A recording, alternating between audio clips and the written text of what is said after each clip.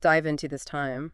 Yeah, it's a pretty cool mix of AI articles and then a copy of the Big Island Reporter. Yeah, I don't think we've ever had that particular combination. It's pretty unique. So for this deep dive, I guess our mission is to kind of break down those AI tools, specifically iframe embeds, and then also explore what treasures the Big Island Reporter holds. Yeah, it's like we're going to kind of decode both of those sources and see if we can find any aha moments. Okay, so first up, those AI iframe embeds. I have to admit, before reading this material, I wasn't super familiar with iframe embeds. Yeah. But the more I read, the more I realized these are kind of revolutionary for anyone with a website. Yeah, it's like having a secret weapon you can plug right into your website. And the way these sources break it down, there are four main categories of AI iframe embeds: content generation, writing assistant, code review, and analytics. Yeah, it's like AI is covering all the bases. It really is. So let's start with content generation, because I think that one blew my mind a little bit. You know, imagine running an online store, and instead of spending hours writing product descriptions, you just plug in an AI iframe from a tool like Jasper AI, give it some basic info, and boom, you've got compelling SEO-friendly copy ready to go. Yeah, and some of these tools can even generate images or videos or even music tailored to your site's content. That's incredible. And it's a game changer for content creators, especially those who maybe don't have the resources for a full creative team. Yeah, it's like leveling the playing field in a way. Definitely. Okay, so content generation is like creating from scratch, but then there's the writing assistant category, and that's about refining what you've already got. Right. Like Grammarly, that's a classic example. Yeah. But there's so many more, like Pro Writing Aid, Hemingway Editor, and it's like having a super powered editor built right into your workflow. And what's interesting is some of these tools go beyond simple grammar and spelling. They analyze your writing style, they offer suggestions for stronger word choices, even help you structure your sentences more effectively. Yeah, it's like a personalized writing coach, but without the awkward small talk. Exactly. Now, for those of us who are code challenged, let's talk about AI code review, because from what I gather, these tools can catch errors, security flaws, even suggest improvements before you launch your site. Talk about peace of mind. Yeah, and the sources mention tools like CodeScene and SonarQuebe, which are pretty sophisticated. I mean, they go beyond just scanning for errors. They analyze your code base for potential vulnerabilities, and they offer insights into the overall health and maintainability of your code. So it's like having a second set of eyes, or maybe like a million sets of eyes, Right. checking your work for you. That's incredible. And lastly, there's analytics. I mean, everyone with a website wants to know how people are using it, right? Of course. But sifting through all that data can be a headache. And that's where AI comes in, helping you make sense of all those click scrolls and bounce rates. Yeah, and what's powerful about AI-driven analytics is the ability to not just track what's happening, but to predict future trends in user behavior. So it's like having a crystal ball for your website traffic. Exactly. Okay, so we've got these four key players in the AI iframe game content generation, writing assistance, code review, and analytics. It's pretty amazing. And I'm mind blown by how much power you can pack into these little windows on your website. Right, and I think that's the key takeaway. AI is becoming increasingly accessible even for those who aren't tech wizards. Yeah. You can tap into these really powerful tools without needing to build complex integrations from scratch. So it's not just for the big tech companies anymore. It's for anyone with a website who wants to level up their game. Exactly. It's democratizing access to some incredibly powerful tools. And speaking of democratizing, I'm really curious to dive into this Big Island Reporter. It seems like a real celebration of local voices and stories, which feels increasingly rare these days. Yeah, I'm intrigued too. Let's see what treasures we can unearth from this little slice of Hawaii. All right, diving into this Big Island Reporter, the first thing that struck me was just how vibrant and community-focused it is. Yeah. It's packed with local ads announcements. You really get a sense of the pulse of life on the Big Island. It's refreshing, isn't it? It is. Like in a world that's so dominated by global news and social media feeds, it's nice to see something that's so hyper-local. It really is. And speaking of heartwarming, there's this great story about Kathy Violander celebrating her 87th birthday. Oh, yeah. But she's not just any birthday girl. No, not at all. The reporter highlights her incredible journey. She was the first female police officer in LA County. Wow. Talk about a trailblazer. I know. It made me think about how much the world has changed, even in just one lifetime. And it's inspiring to see someone like Kathy who, you know, broke down barriers and is now at 87 still contributing to her community. Yeah. And they mentioned she makes these beautiful plumeria hairpieces for everyone at a local healthcare facility. Oh, that's so sweet. It's those little details that really bring a story to life. They do, and it's not just Kathy's story that caught my eye. The reporter is also a huge supporter of the local music scene. Right. They give a lot of space to this artist, Blue Turban Stone, who's based in Kailua Kona. Yeah. And And they connect him with this company, Busui Guitar, which makes double-sided guitars. wait, what? Yeah. Double-sided guitar? It's like this really unique instrument That's wild. where you can play both sides of the guitar, and they even provide the phone number for Dr. Isola, the inventor of these double-sided guitars. Really? Yeah. It's like, come on down, give him a call. Yeah, exactly, if you're interested. Wow. I love that. And they're not shy about promoting their own services either. The reporter highlights its real estate section, Yeah. showcasing properties from all the realtors who've advertised with them, past and present. It's almost like a historical archive of the local housing market. It is. You can really see how neighborhoods have evolved over time, and then they're smart about using different platforms to reach their audience. They have links to their Flipboard edition, their Facebook page, even a YouTube channel. Yeah, it's a good reminder that even a small local publication needs to be savvy about using technology to reach a wider audience. They do, and they give a shout out to all their past and present sponsors. It's a mix of big names like Domino's Pizza and local favorites like Buddhist Cup, Kona Coffee. It's a real testament to their commitment to supporting the local economy. It highlights that symbiotic relationship between a publication and its community. Right.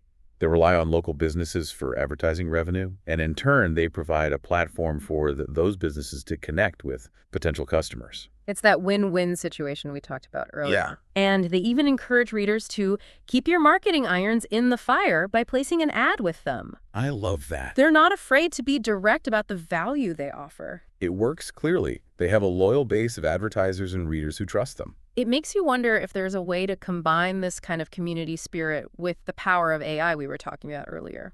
That's an interesting thought. Could AI be used to personalize content for readers based on their interests or location? Or maybe it could help the reporter analyze its readership data to understand what resonates most with their audience. And maybe even help them connect with advertisers in a more targeted way. Imagine an AI that could match local businesses with the perfect advertising slot based on the content of the newspaper and the demographics of the readership. That would be amazing. That could be a game changer for a small publication like the Big Island Reporter, you know. Yeah. It would allow them to compete with larger media outlets and continue to thrive in the digital age. And they wouldn't have to sacrifice that personal touch that makes them so unique. Exactly. It's about finding that balance between leveraging technology and preserving the human element. Right. Well said. Okay, so we've seen how the Big Island Reporter celebrates local heroes like khaki champions, musicians like Blue Turban Stone, and acts as this vital hub for the community. What else did you uncover in your exploration? Well, I was particularly fascinated by their YouTube channel. Oh, really? Yeah, it's like a digital extension of the newspaper with videos that showcase everything from local real estate to the beauty of Hawaii as seen through Google Earth. Wow. They even have music videos from Blue Turban Stone. So they're really going all in on multimedia storytelling. They are. That's impressive for a local paper. And it allows them to tell richer, more immersive stories. Right. You know, for example, instead of just writing about a new development project, they can give viewers a virtual tour through video. That's a much more engaging way to experience the community. Exactly. And remember how they mentioned Blue Turban Stone's partnership with Busui Guitar? Yeah. Well, on their YouTube channel, they have a whole playlist dedicated to showcasing his music. And they even encourage viewers to check out his full lineup and order their own double-sided guitar before Christmas. It's like they're saying, hey, we love this artist and we think you will too. Here's how you can support him directly. Exactly. It's a fantastic way to connect artists with potential fans. Yeah, and boost the local music scene. Right. So they're not just reporting on the community. They're actively shaping it, nurturing it, and helping it grow. Exactly. They're using their platform to amplify the voices and talents that make the Big Islands so special. And it makes you realize that technology isn't just about algorithms and data analysis. Right. It's about using those tools to connect with people on a human level and tell stories that matter.